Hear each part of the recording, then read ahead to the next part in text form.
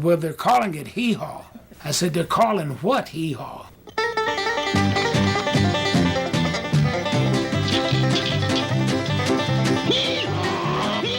Watch the smile. Not the cornfield, not the overalls, the smile. Buck Owens, wide and easy, beaming out of the television set every Saturday night for 20 years. Buck Owens and Roy Clark.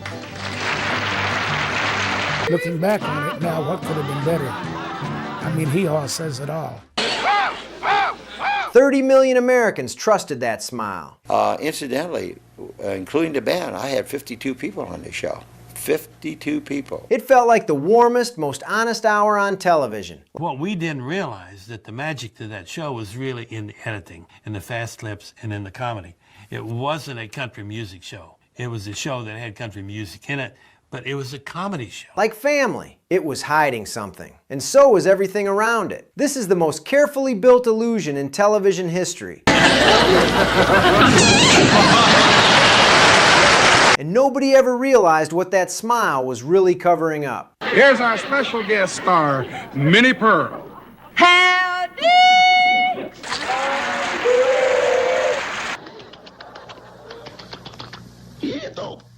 We'll be right back. The family you thought you knew. The first lie wasn't in the jokes, it was in the feeling. Look at them, the easy laughter, the way they lean on each other like people who've known each other their whole lives. The overalls, the gingham, the hay bales stacked like somebody's back porch. For 20 years, this was the most trusted hour on American television. I noticed that the show wasn't rating well in the South, so I started to book certain country people. One of it was Roy Clark, Buck Owens, George Goober Lindsay, Minnie Pearl, and Roy Rogers and Dale Evans. People didn't say they watched Hee Haw, they said it was like dropping by somebody's house. As much a part of the week as Sunday church. You knew the night, you knew the time. You were in that chair when the banjo hit. The TV glowing blue in a dark room. A parent in the good chair. Kids stretched out on the carpet. For 1 hour, the week's troubles waited outside the door. What do you call a man who don't believe in birth control? A daddy. It felt like the most honest hour on television. Every honest second of it was manufactured. That's the whole story right there. Because effortless is the hardest thing on earth to fake. The producers of the Jonathan Winters show came to me and asked me if I would be interested in this idea that they had to do a musical comedy show, not unlike Laugh-In. And every warm, unhurried second you're watching was built on purpose by people who knew exactly what they were doing. Even the smile. If you have gas, heartburn, indigestion, do as thousands do. Burp.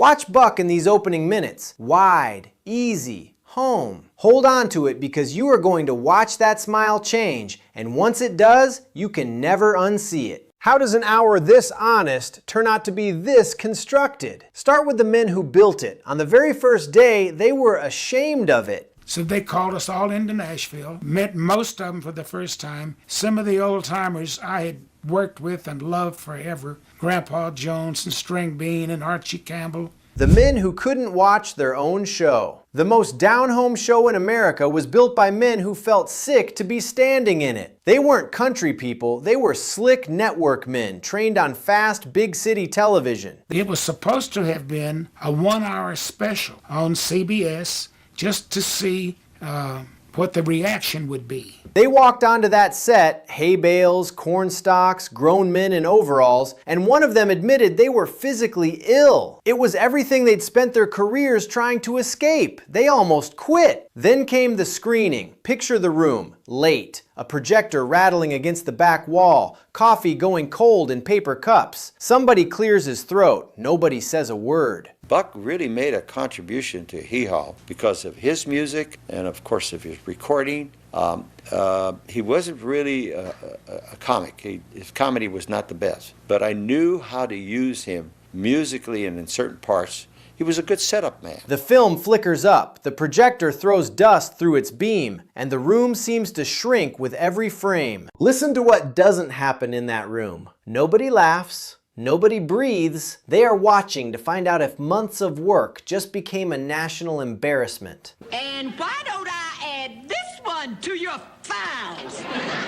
They don't make it 15 minutes. Somewhere in the first few, every man in the dark understands the same thing at once. The thing they were embarrassed by wasn't the problem. It was the secret. They came in expecting an embarrassment. They walked out with a formula. What did they see on that screen? It had nothing to do with country music. Videotape was just about going strong then, just getting started. So I knew all of the production elements. So I was able to put that all together and became the associate producer. The Secret in the Silent Room. You thought you were watching a country music show. You weren't. Not for 1 second. Back in the dark, watch what they're watching. A joke. Then bang! Something completely different. No setup, no transition, no continuity. On paper, chaos. And that's the instant it clicked. We go to Nashville to shoot it, and they shot the show, and he and I were both really sick after we did the first show, because it was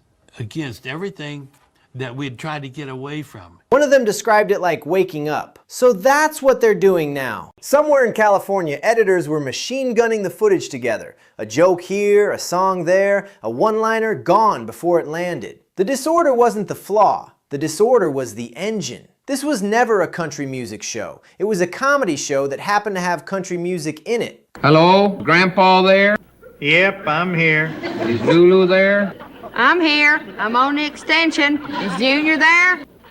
I'm here. Keep talking. It's your nickel. How are y'all? Fine, fine. Country's answer to Laugh-In, the fastest, most irreverent hit on television. It wasn't the Grand Ole Opry, it was Laugh-In in a pair of overalls. I ate so much Kentucky bluegrass the other day, I mooed indigo. So there it is. The trick was the editing. Except it wasn't. The editing was just the sleight of hand you were supposed to notice. The real illusion, the one nobody caught for 20 years, wasn't in the edit bay at all. It was hiding on a calendar. We made a decision that maybe we ought to entertain a show that would be with music and quick cut one-liners like Laugh-In. Twice a year, America spent 52 Saturdays a year with them. The cast only got 14 days together. That show you welcomed into your home every single week was not made week to week. It was filmed twice a year. Twice. 2 weeks in October, 2 weeks in June. 26 days maybe to build a year of Saturday nights. In 2 short bursts, they taped an entire year, shot in bulk, out of order, by set.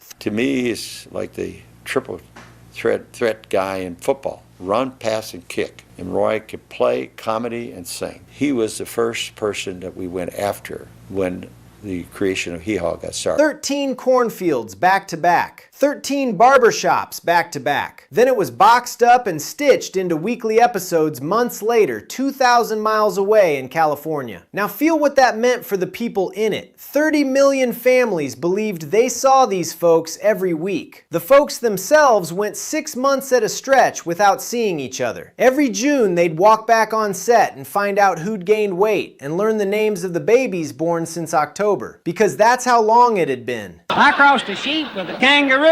What'd you get? Got me some woolly jumpers. 6 months of birthdays and funerals and ordinary Tuesdays, all caught up in a single afternoon of hugs before the cameras rolled. The closeness was real. It was just rationed. 2 reunions a year, stretched thin across a whole nation's Saturday nights, and made to feel like it was happening tonight in the next room. So the calendar was the trick. Wrong again. Because none of it would have held together for a single episode if the cast had actually known what they were about to say.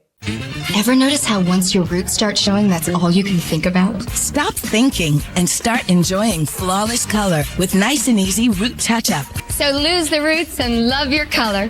With Nice and Easy Root Touch-Up, the color matching breakthrough from Clairol. Nobody knew their lines. The most trusted show in America didn't trust its own stars to remember one line. No rehearsals. Ever. One of them said it flat out. They never rehearsed. And if you look close, you can tell. I've been asked to get married 100 times. Who asked? Mammy and Pappy. They walked on, found a cue card, and read it cold, on camera for the first time. Big white cards, hand-lettered, held just off frame by a guy crouched under the lens. No teleprompter, no net, just cardboard and nerve. That little glance to the side, that half beat where somebody loses the line and laughs. You always read it as charm. It was a man reading cardboard and hoping. The first 2 shows didn't work. One of my associates came to me. He said, the critics are running this show down. It is so bad. And they kept the mistakes on purpose because a clean take killed it. Here's the part that turns your stomach a little, then warms it. That wasn't acting. It was genuine surprise, real laughter, real people caught off guard, live, with no net. Because you cannot fake being caught off guard. The most trusted show in America didn't trust its cast to remember a line. And that is exactly why America trusted it. So that's the secret. The cue cards, the beautiful accidents. No, the thing that actually saved Hee Haw was the people who set out to kill it. The men who tried to bury it. The people trying hardest to bury Hee Haw, hey, wouldn't that churn your butter?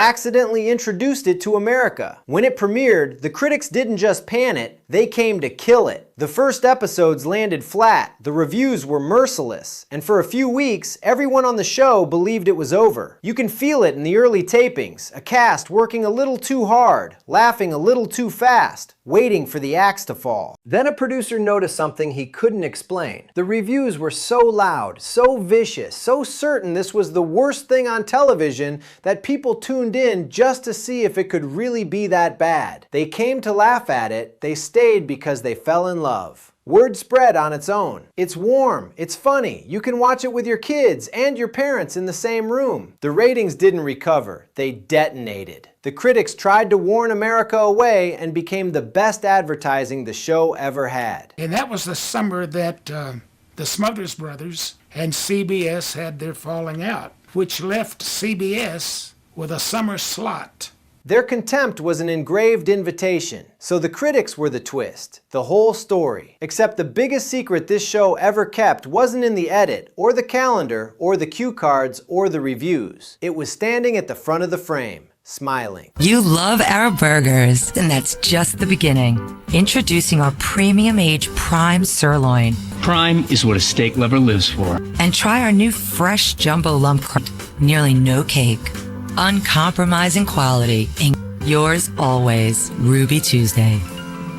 The ones you underestimated. They were hired to be looked at. They spent 20 years making sure they'd be listened to. Every man watching had a joke about why the Hee Haw girls were there. The show heard it and built around it. They weren't scattered through those sketches by accident. They were placed. As one of them put it, they were the backdrop, positioned so the men could carry the comedy. Cold as any other decision. Draw the eye, keep the jokes with the boys. Then watch what they did with a role built to keep them quiet. The backdrop refused to stay in the back. One played Nurse Goodbody for 20 years, 2 decades of her own sketches, her own fan mail, her own name in the credits. They built their own characters, their own followings, and proved season after season they were worth far more than the scenery they were hired to be. Even the simplest trick in the show grew a second life nobody planned. But one performer in that cornfield was hiding something none of the others were. The last man you'd suspect. The first name in the title, the smile. The star who kept leaving. Now watch his eyes. Right there in the half second before the next thing starts, before the grin snaps back on. That flicker. Hold that image. Here's a detail almost nobody caught for 20 years. Buck Owens, the co-host, the face on the poster, the first name in the title, was barely in the comedy that made Hee Haw famous. They'd get his music done, run him through picking and grinning, and then a producer said Buck would just go home. The sketches, the cornfield, the heart of the show. That was Roy Clark and the others. Buck had already left, guitar in the case, hat in his hand, out the stage door while the laughter was still rolling behind him. Why? Maybe he hated comedy. No, watch him crack up backstage. The man loved to laugh. Maybe the producers pushed him out. No, his name sold the whole show. Maybe he was protecting something. There it is. The smile reaches his mouth it never reaches his eyes. It's the same smile from the first minute of this film, and it will never look the same to you again. He wasn't easygoing, he was escaping. Buck Owens always knew exactly where the exit was. And the reason he needed one is the thing this show buried deeper than everything else. But not yet. First you have to know who he was before the overalls. The Payless Athletic Sale. More, now up to 30% off. Select clearance styles up to 60% off. Look again. Payless.